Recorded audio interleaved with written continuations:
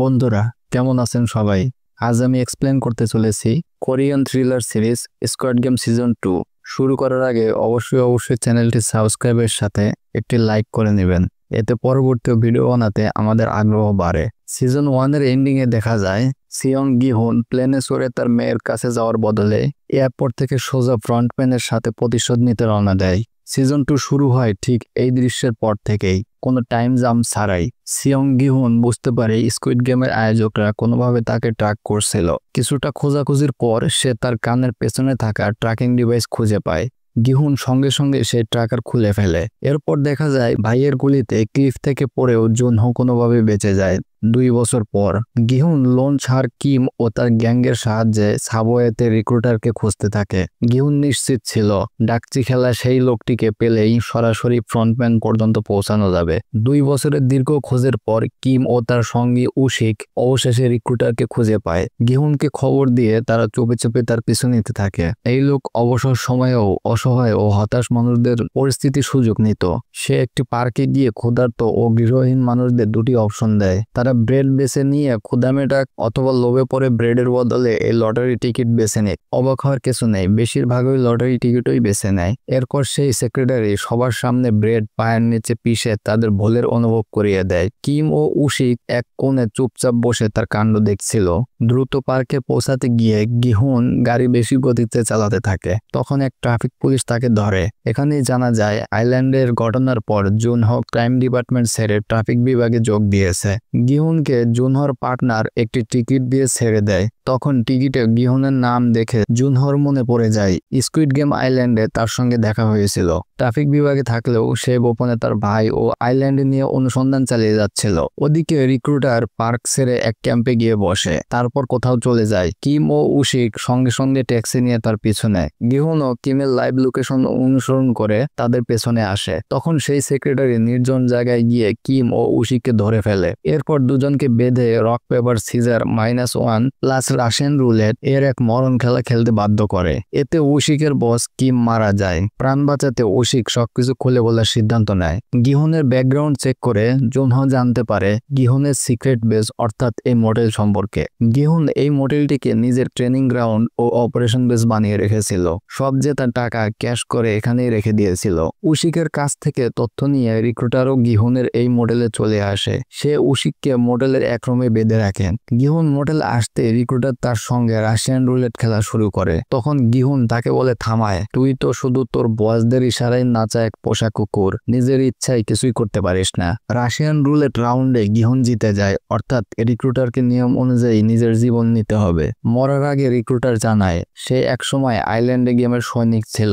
একদিন তার বাবা প্লেয়ার হয়ে গেমে খেলতে আসে, হেরে গেলে সে নিজের বাবার কপালে গুলি করে। সেই দিন থেকেই বুঝে যায় সে সঠিক লাইনে এসেছে। রিক্রুটার চাইলে বন্দুক ঘুরিয়ে গিহনকে মারতে পারত, কিন্তু পোষা কুকুর কথাটা ভুল প্রমাণ করতে সে নিজেই নিজের মাথায় গুলি করে। এ সময় জুনহো মডেলে পৌঁছে যায়। গুলি শব্দ শুনে সে ছুটে উপরের তলায় যায়। এক রুম থেকে উশিককে মুক্ত করে গিহনের রুমে ঢোকে। রিক্রুটারকে চেয়ারে মৃত দেখে জুনহো গিহুনকে গ্রেফতার করতে যায়। ঠিক তখনই উশিক তার মাথায় আঘাত করে অচেতন করে ফেলে। হুশ ফিরে আসতেই গিহুন জুনহোকে সব সত্যি বলে দেয়। তখন জুনহো জানায় সে তার ভাইকে খুঁজতে গার্ডের ছদ্মবেশে আইল্যান্ডে প্রবেশ করেছিল। পরে ফ্রন্টম্যানের গুলিতে সমুদ্রে পড়ে যায়। ভাগ্যক্রমে এক জেলে সময় মতো তাকে উদ্ধার করে বাঁচায়। এখন জুনহো সেই জেলে অর্থাৎ ক্যাপ্টেন পার্কের সাহায্যে স্কুইড গেমের রহস্যময় দ্বীপ খুঁজছে। অবাক করার মতো জুনহো সবাইকে লুকিয়ে রাখে, ফ্রন্টম্যানই তার হারানো ভাই। গল্প শোনার পর গিহুন তাকে নিজের টিমে নিতে রাজি হয়। তবে গিহুনের টিমে যোগ দিতে হলে জুনহোকে পুলিশে চাকরি ছাড়তে হবে। এখানেই জানা যায় গিহুন তার সিক্রেট বেসে অনেক অস্ত্র জমা করে রেখেছিল, এমনকি অনুশীলনের জন্য সেখানে বন্দুকের রেঞ্জও তৈরি করেছিল। রিক্রুটারের জ্যাকেটের পকেটে ফ্রন্টম্যান গিহুনের জন্য ইনভাইটেশন পাঠিয়েছিল। সে গিহুনকে এক হ্যালোইন পার্টিতে দেখা করার জন্য ডেকে পাঠায়। যাওয়ার আগে গিহুন নিজের দাঁতে একটি ট্র্যাকার ইমপ্ল্যান্ট করে। উশিকের সাহায্যে কিছু হাইলি ট্রেন্ড মার্সেনারি ভাড়া করে, যেন জাল বিছিয়ে ফ্রন্টম্যানকে অপহরণ করতে পারে। এরপর দেখা যায় প্রতিশ্রুতি অনুযায়ী গিহুন চুপি চুপি সাঙ্গুর মা ও ছোট কাংসিওলের সাহায্য সাহায্য করছিল। পার্টিতে যাওয়ার আগে গিহুন তার মেয়েকে ফোন করে, কিন্তু তার কণ্ঠ শুনে কিছু না বলে ফোন কেটে দেয়। হ্যালোইন পার্টিতে পৌঁছাতেই এক সৈনিক গিহুনকে ধরে লিমুজিনে বসিয়ে দেয়। হ্যালোইন কসপ্লের ছায়ায় সবাই খুব সহজে জনতার মধ্যে মিশে গিয়েছিল। গাড়িতে ফ্রন্টম্যান স্পিকারের মাধ্যমে গিহুনের সঙ্গে কথা বলছিল। গিহুনের দল লোকেশন ট্র্যাক করে গাড়ির পেছনে ছিল, কিন্তু ফ্রন্টম্যান এক কদম এগিয়ে ছিল। স্নাইপাররা গাড়ির টায়ার ফুটিয়ে দেয়। অপহরণ পরিকল্পনা ব্যর্থ হয়। এবার উল্টো ফ্রন্টম্যানই গিহুনকে কিডন্যাপ করে ফেলে। এটা দেখে গিহুন প্ল্যান বি অ্যাক্টিভেট করে দেয়। আগে গিহুন ফ্রন্টম্যানকে বলেছিল তাকে এই গেমগুলো বন্ধ করতে হবে, কিন্তু সেটা আর সম্ভব নয়। তাই গিহুন ফ্রন্টম্যানকে অনুরোধ করে যেন তাকে আবার একবার গেমে ফিরতে দেয়। গিহুন একটু চ্যালেঞ্জ করতেই ফ্রন্টম্যান রাজি হয়ে যায় ও তাকে অচেতন করে সঙ্গে নিয়ে যায়। এই সময় দেখা হয় আরেক নতুন চরিত্রের সঙ্গে। উত্তর কোরিয়া থেকে পালিয়ে আসা কাং নোয়েল। নোয়েল এক পার্কে মাস্কটের কাজ করত, তবে একজন সৈনিক হওয়ায় তার যুদ্ধের অভিজ্ঞতা ছিল। সেখানেই নোয়েলের দেখা হয় এক মেয়ের সঙ্গে যার টার্মিনাল রোগ ছিল। নোয়েল এই ছোট্ট মেয়েটির সঙ্গে খুবই আবেগে জড়িয়ে পড়ে। চিকিৎসার টাকা না থাকায় সেই মেয়ের বাবাও স্কুইড গেমে অংশ নেবে। নোয়েলকেও তার অভিজ্ঞতার কারণে গেমে রিক্রুট করা হয়, তবে সে প্লেয়ার নয়, বরং একজন সোলজার। পিঙ্ক ইউনিফর্ম পরে হারানো প্লেয়ারদের গুলি করে এলিমিনেট করবে। এই সিজনে প্রথমবারের মতো আমরা এক সোলজারের রিক্রুটমেন্ট প্রক্রিয়া দেখলাম। সব রিক্রুটই ঠান্ডা মাথার খুনি। পুশ আসতেই গিহুন দেখে সে আবার স্কুইড গেম আইল্যান্ডে পৌঁছে গেছে। ফ্রন্টম্যান ইচ্ছা করে তাকে প্লেয়ার 456 নাম্বার দেয়। তবে এবার গেমে একটি নতুন ক্লোজ যোগ হয়। প্রতিটি গেমের পর প্লেয়ারদের ভোট হবে গেম চালিয়ে যেতে হবে নাকি এখানে থামতে হবে। সিদ্ধান্ত হবে সংখ্যাগরিষ্ঠতার ভিত্তিতে। গেম বন্ধ করতে চাইলে এক্স, চালিয়ে যেতে চাইলে ও চাপতে হবে। ভোটিং অনুযায়ী প্লেয়ারদের নতুন ব্যাজও দেওয়া হবে, যাতে গেম শেষ হওয়া পর্যন্ত ট্র্যাক রাখা যায়। যদি সংখ্যাগরিষ্ঠ প্লেয়ার গেম থামানোর সিদ্ধান্ত নেয়, তবে এখন পর্যন্ত জমা হওয়া পুরস্কারের টাকা সমানভাবে ভাগ করে দেওয়া হবে। তবে দ্রুতই জানা গেল এখানে একের পর এক ঋণে ডুবে থাকা লোক এসেছে। তখন গিহুন বুঝে যায় গেমে ভর্তি করার আগে কর্তৃপক্ষ তার দাঁত থেকে ট্র্যাকিং ডিভাইস খুলে নিয়েছে। ফ্রন্টম্যান সেই ট্র্যাকার খুলে এক জেলেকে দিয়ে দেয়। বাইরে জুনিয়র টিম সেই ভুল ক্লু অনুসরণ করতে ভুল দ্বীপে পৌঁছে যায়। গিহুন দেখে গেমে তার পুরনো বন্ধু জাং বেবি এসেছে। গিহুন মনে করত জাং বেবির জীবন একদম সেট, কিন্তু সেও ঋণে ডুবেছিল। ডিভোর্সও হয়ে গেছে। গেম শুরু হওয়ার আগে গিহুন জাং বেবিকে সতর্ক করে যেন সে সবসময় তার পেছনে থাকে। এইবারও প্রথম গেম ছিল রেড লাইট গ্রিন লাইট। গিহুন সবাইকে জানায় এই গেমে হার মানেই সরাসরি মৃত্যু। রেড লাইট বলার পর কেউ নড়লেই দেয়ালে বসা গার্ডরা গুলি করে দেবে। প্রথমে সবাই গিহুনকে নিয়ে হাসাহাসি করলেও গুলি চালু হতেই সবার আত্মা উড়ে যায়। সবাই গিহুনের কথায় চলতে শুরু করে। সব ঠিকঠাকই ছিল, কিন্তু তখন এক পাগল ড্রাগ এডিক্ট প্লেয়ার সামনে থাকা লোকজনকে ধাক্কা মেরে ফেলে দেয়। কাঙ্গাল হওয়ার আগে সে র্যাপার ছিল, স্টেজ নেম থ্যানোস, কিন্তু এক মারাত্মক ক্রিপ্টো ইনভেস্টমেন্টে সে সবকিছু হারিয়ে ফেলে। যাই হোক, শুট আউটের প্যানিকের মধ্যেও গিহুন অনেকের প্রাণ বাঁচায়। এলিমিনেট হওয়ার পর এক সোলজার এক প্লেয়ারকে মারার বদলে কেবল গুলি করে জখম করে। এটা নিয়ে পরে কথা হবে। গিহুন এক ট্রান্সজেন্ডার প্লেয়ার 120কে সাহায্য করে তাকেও লাইন পার করিয়ে দেয়, কিন্তু গেম শেষ হতেই নোয়েল তাকে গুলি করে মেরে ফেলে। নিয়ম তো নিয়মই, এই প্লেয়ার আগেই এলিমিনেট হয়ে গিয়েছিল। গেম শেষ হতেই গিহুন সবার কাছে অনুরোধ করে যেন সবাই ভোট দিয়ে গেম বন্ধ করে দেয়, না হলে একে একে সবাই মারা যাবে। গিহুন অবশেষে সবাইকে জানায় সে আগেও এই গেম খেলেছে ও জিতেছে, আর 45.6 বিলিয়ন ওনের জন্য সবাইকে মরতে হবে। তবে ভোটের আগে কর্তৃপক্ষ সবার সামনে বর্তমান ইনাম দেখায়। করকরে টাকা পিগি ব্যাংকে পড়তে দেখে অনেকের মন বদলাতে শুরু করে। তাছাড়া বাইরে গিয়েও এদের জীবনে ভালো কিছু হবে না, তাই এখানেই থেকে চান্স নেওয়া ভালো অপশন। আগের সিজনের মতোই এবারও প্রথম ভোটিং এর রেজাল্ট টাই হয়। প্লেয়ার 1 এর ভোট ছিল ডিসাইডিং ফ্যাক্টর। এরপর প্লেয়ার 1 ও চাপ দিয়ে গেম চালিয়ে যাওয়ার সিদ্ধান্ত নেয়, তবে ফ্রন্টম্যান নিজেই প্লেয়ার 1 হয়ে গেমে অংশ নিচ্ছিল। ভোটিং এর পর প্লেয়ার 1 গিহুনকে জানায় সে তো গিহুনের উপর ভরসা করেই গেম চালিয়ে যাওয়ার সিদ্ধান্ত নিয়েছে।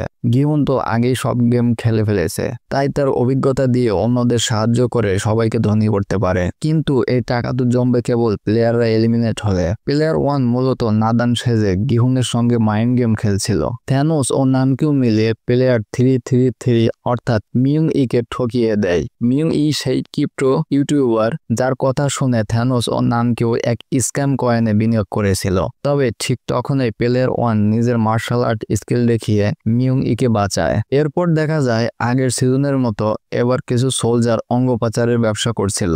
এবার ফ্রন্টম্যান না থাকায় তারা সরাসরি নতুন লিডারের সাপোর্ট পাচ্ছিল। ফ্রেশ অর্গান হারভেস্ট করতে কিছু সোলজার প্লেয়ারদের অর্ধমৃত রেখে দিচ্ছিল, কিন্তু নুয়েল তাদের মেরে এই প্ল্যান নষ্ট করে দেয়। এটা দেখে লিডার নুয়েলকে হুঁশিয়ারি দেয় যেন সে তাদের ব্যবসায় আর হস্তক্ষেপ না করে। তবে নুয়েল এত সহজে থামার নয়। যাই হোক, লিডারই তাকে নিয়োগ দিয়েছিল। নুয়েলের আলাদা এক ব্যাক স্টোরি আছে। সে নিজে তো উত্তর থেকে পালিয়ে এসেছে, কিন্তু তার মেয়ে এখনো সেখানে আটকে আছে। মানে সবার এই মরিয়া অবস্থার পেছনে এক একটা গভীর কারণ ছিল। ওদিকে জুনহো গিহুনকে খুঁজতে পুলিশের সাহায্য চাই, কিন্তু প্রত্যাশিতভাবে তার কোনো ফল মেলে না। এরপর মিয়ংই জানতে পারে তার প্রেগনেন্ট গার্লফ্রেন্ড এক্স গার্লফ্রেন্ড জুনহিও এখানে এসেছে। 6 মাস ধরে সে জুনহির ফোন ধরেনি। মিয়ংই জানতো না তার গার্লফ্রেন্ড শিশুটিকে জন্ম দেওয়ার সিদ্ধান্ত নিয়েছে। যাই হোক, গিহুন সবার কাছে দ্বিতীয় অর্থাৎ ডালগোনা গেম সম্পর্কে জানায়। যা কিছু হোক, ত্রিভুজ আকৃতি বেছে নিতে হবে। রাতে তার ডালগোনা গেম নিয়ে একটি ভয়ঙ্কর স্বপ্নও হয়। তবে সৌভাগ্যক্রমে সেটা কেবল একটা স্বপ্নই ছিল। কিন্তু আশ্চর্যজনকভাবে গেম লোকেশনে পৌঁছে গিহুন দেখে কর্তৃপক্ষ সব গেম পরিবর্তন করে দিয়েছে। দ্বিতীয় গেম ছিল 6 লেগড পেন্টাগন, অর্থাৎ 6 জনের টিম পা বেঁধে একের পর এক 5টা শিশুদের গেম শেষ করবে। যে টিম নির্ধারিত সময়ের মধ্যে সব গেম শেষ করতে পারবে তারা জিতে যাবে, আর যারা পারবে না তারা এলিমিনেট। অর্গান স্মাগলিং গার্ডরা কিছু এলিমিনেটেড প্লেয়ারকে অচেতন করে বাক্সে পুরে রেখেছিল। নোয়েল সবাইকে হেডশট দিয়ে আবার তাদের প্ল্যান বেচতে দিল। প্লেয়ার 120 হিউন্ডুর টিম স্পিড দেখে অন্য টিমগুলো দারুণ অনুপ্রাণিত হলো। কিছু টিম জিতলো আর কিছু হেরে গেমার দুনিয়া থেকে বাদ পড়লো। গিহুনের টিমে নম্বর এলো একদম শেষে। গিহুনের টিমে ছিল প্লেয়ার 1 জুনহিম জাংবের মতোই এক নেভি অফিসার দেহ।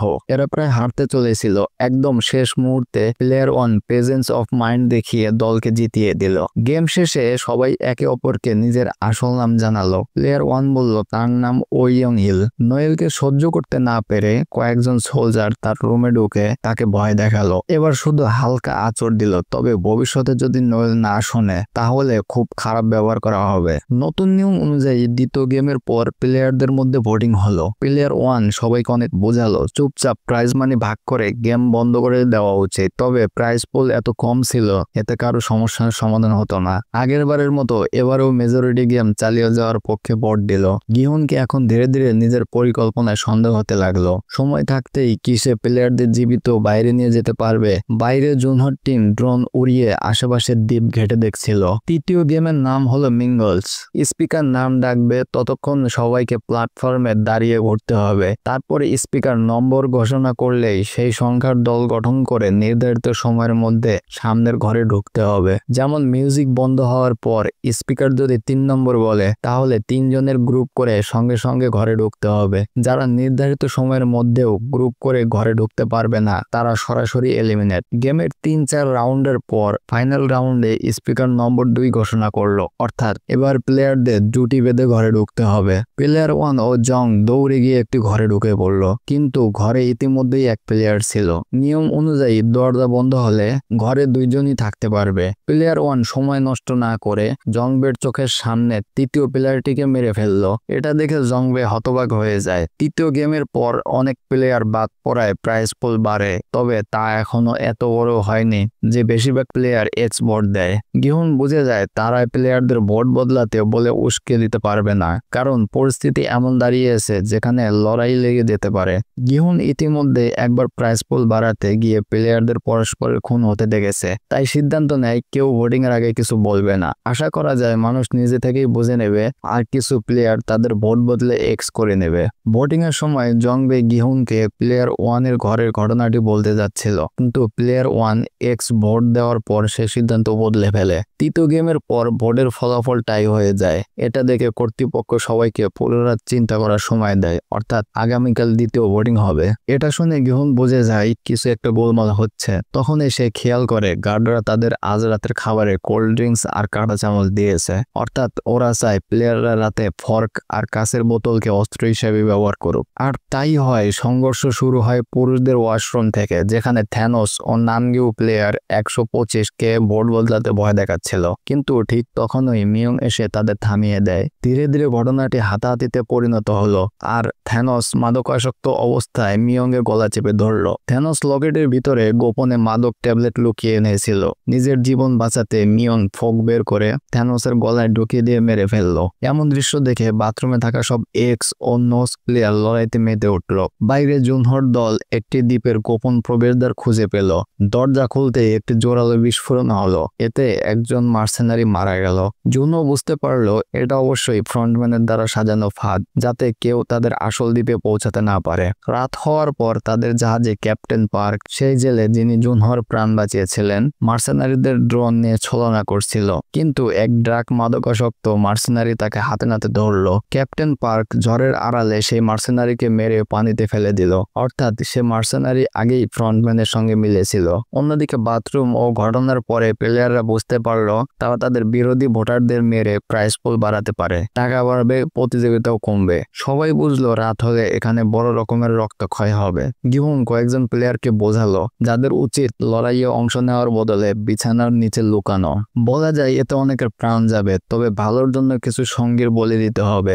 গিহুনের কথা শুনে প্লেয়ার 1 নিশ্চিত ভিতরে ভিতরে খুশি হয়েছিল। ভাবছিল ধীরে ধীরে গিহুনও অন্ধকার দিকে যাচ্ছে। পুরনো গিহুন হয়তো কখনো এমন ভাবেনি। যাই হোক, গিহুনের পরিকল্পনা অনুযায়ী এক্স দলের কিছু সদস্য বিছানার নিচে লুকালো। সে জানতো কিছুক্ষণ পর গার্ডরা এসে লড়াই থামাবে, কারণ সবাই যদি একে অপরকে মেরে ফেলে তাহলে গেম খেলবে কে। আর ঠিক তেমনটাই হলো। গার্ডরা ঢুকতেই গিহুনের দল সুযোগ পেয়ে তাদের আবার আক্রমণ করলো। এক গার্ড ছাড়া বাকিদের মেরে অস্ত্র ছিনিয়ে নিল।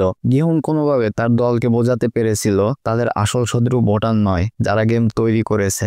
গিহুন তার প্রতিদ্বন্দ্বী জোট গঠন করে ওই কার্ডের সাহায্যে কন্ট্রোল রুমে গিয়ে ফ্রন্টম্যান ও ভিআইপিদের মারতে চেয়েছিল, যেন গেমের সিরিজ চিরতরে শেষ হয়। কিন্তু ধীরে ধীরে গিহুনের পরিকল্পনাও ব্যর্থ হতে লাগলো। গিহুনের গ্যাংয়ের কাছে এখন গুলির পরিমাণ শেষ হতে শুরু করলো। তখন জানতে পারলো গার্ডদের পকেটে অতিরিক্ত গুলি আছে। তাই মৃত গার্ডদের পকেট থেকে গুলি আনার জন্য দেহুকে পাঠালো। দেহু গুলি জমা করলো, কিন্তু আবার প্রচন্ড আতঙ্ক শুরু হলে সে নিজের বিছানায় লুকিয়ে পড়লো। ইয়ং তাকে খুঁজতে গিয়ে রুমে এসে পৌঁছালো, তবে অনেক বেশি দেরি হয়ে গেছিল। গিহুন প্লেয়ার 1 এর সঙ্গে 2 সদস্যকে কন্ট্রোল রুমের পিছনে দরজায় পাঠালো, যেখানে প্লেয়ার 1 সবাইকে শেষ পর্যন্ত প্রতারণা করে ওই 2 সদস্যকে হত্যা করলো। প্লেয়ার 1 ওয়াকিটকি দিয়ে গিহুনকে দেখালো সে বাকি 2 প্লেয়ারের সঙ্গে গার্ডদের হাতে নিহত হয়েছে। গুলি শেষ হতেই বাকিরা আত্মসমর্পণ করলো, তবে সমর্পণের পর গার্ডরা তাদের মারতে শুরু করলো। গিহুনের এই বিদ্রোহী গ্যাংয়ে পাশের অসুস্থ মেয়ের বাবাও ছিল।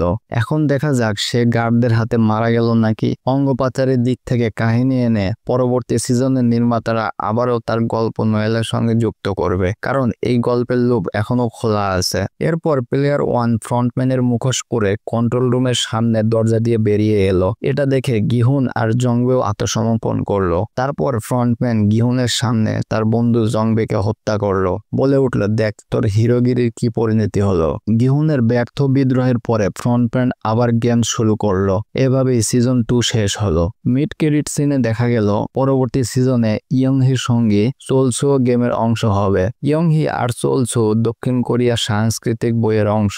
ইয়ংহি অর্থাৎ সেই রেড লাইট গ্রিন লাইট গেমের সোলসুর পরিচয়, মানে ভবিষ্যতের গেমগুলো আরো বেশি উচ্চবাজির হবে। ডাবল মোশন সেন্সিং পুতুল।